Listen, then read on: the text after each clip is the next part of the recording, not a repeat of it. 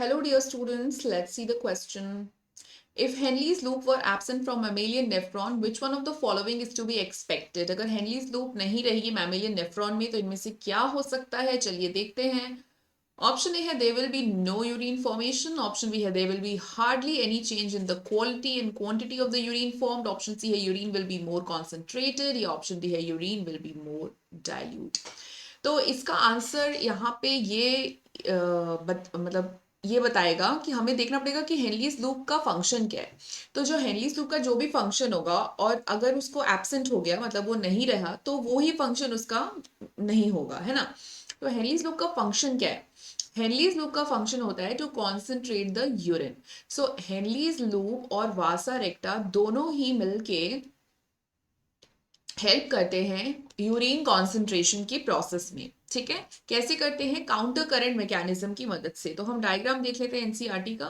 तो जैसे कि आप देख सकते हो कि यहाँ पे ये जो हेनलीज लूप बना हुआ है ये हेनलीज लूप है और वासा रेक्टा भी आप देख सकते हो. तो इनमें जो फ्लो हो रहा है जैसे कि जो आप हेनलीज लूप में फ्लो देख रहे हो वो एक में डाउन की तरफ है और एक में अप की तरफ है. तो वो एक काउंटर करंट बना रहा है क्योंकि दोनों ऑपोजिट फ्लो हो रही हैं. और तो और वासा रेक्टा क्योंकि हेनलीज लूप के बहुत पास है तो उसमें भी बहुत ऑपोजिट फ्लो हो रहा है. मतलब अगर आप ये वाला पोर्शन देखो और इस वाले पोर्शन के साथ तो ऑपोजिट फ्लो हो रहा है. ठीक है, तो काउंटर करंट मैकेनिज्म है. इसकी वजह से क्या हो रहा है, जो मेडुलरी इंटरस्टिशियम में आप देख सकते हो 300 600 900 1200 तो ऑस्मोलैरिटी इंक्रीज करते जा रही है जैसे जैसे हम मेडुलरी इंटरस्टिशियम की तरफ जा रहे हैं. अब चूंकि क्वेश्चन हेनलीज लूप के बारे में तो हेनलीज लूप पे हम ज्यादा फोकस करेंगे. तो एक बार हेनलीज लूप को देखिए कि वाटर कैसे बाहर निकल रहा है. तो चूंकि मेडुलरी इंटरस्टिशियम में ज्यादा ऑस्मोलैरिटी बढ़ रही है जैसे जैसे हम नीचे जा रहे हैं और वाटर ज्यादा ज्यादा ज्यादा निकलता जा रहा है तो यूरिन भी कॉन्सेंट्रेटेड होता जा रहा है हेनलीज लूप में. तो हेनलीज लूप का बहुत बड़ा रोल होता है यूरिन कॉन्सेंट्रेशन में. ठीक है, टू कॉन्सेंट्रेट द यूरिन. अब अगर ये ऐसी चीज जो यूरिन को कॉन्सेंट्रेट कर रही है उसको आप हटा दोगे तो यूरिन क्या हो जाएगा? डाइल्यूट हो जाएगा, है कि नहीं? अगर आपने हेनलीज लूप हटा दिया तो यूरिन डाइल्यूट हो जाएगा ना, क्योंकि हेनलीज लूप हेल्प कर रहा है कॉन्सेंट्रेट करने में. So the urine will be more dilute, ये ही सही जवाब होगा. लेकिन एक बार हम और क्वेश्चन और सारे ऑप्शंस भी देख लेते हैं.